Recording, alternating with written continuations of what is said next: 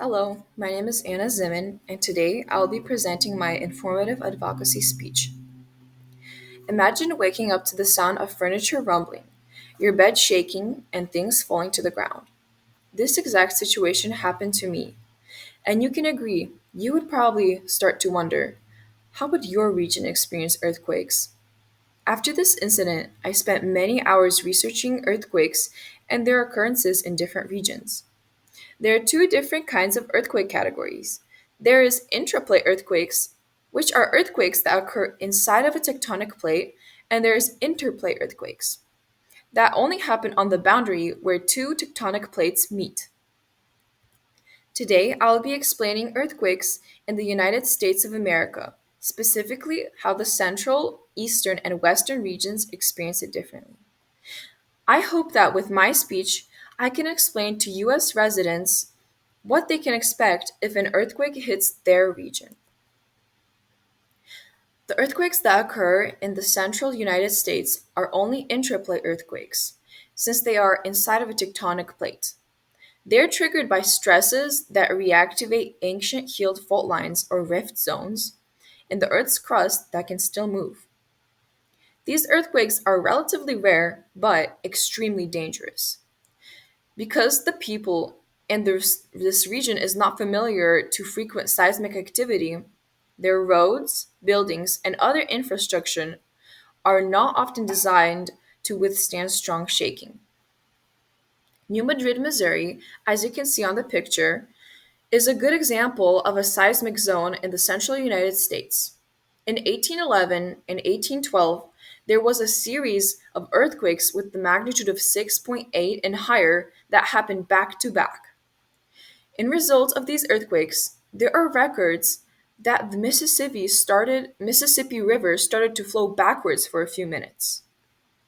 The impact of these earthquakes have on the central region of the USA is widespread ground shaking, liquefaction, and affecting infrastructure hundreds of miles away.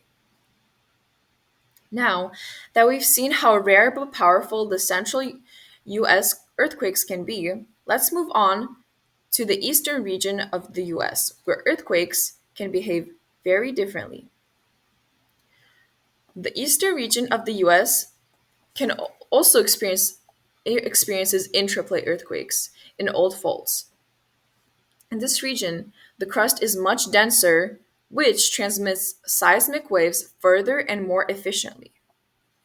Earthquakes here are less frequent than the ones in the west coast, but not as rare as the ones in the central regions. In the year 2011, Virginia experienced a 5.8 magnitude earthquake that was felt over 600 miles away, damaging Washington, D.C. Meanwhile, a 6.8 magnitude earthquake that happened in Napa, California, traveled half that length, affecting less people, even though it was a stronger magnitude. In this region, the infrastructure is the most fragile to earthquakes, since it has some of the oldest structures in the US. Some of the buildings date back to the 17th century.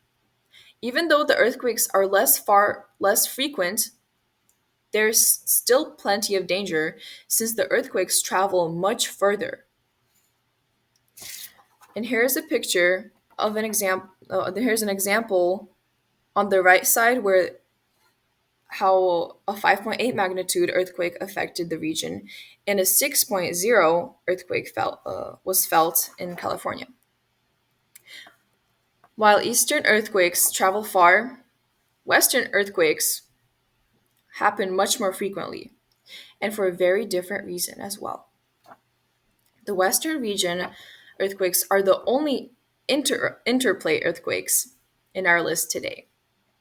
They happen on the tectonic plate boundaries, specifically from the San Andreas fault line in California.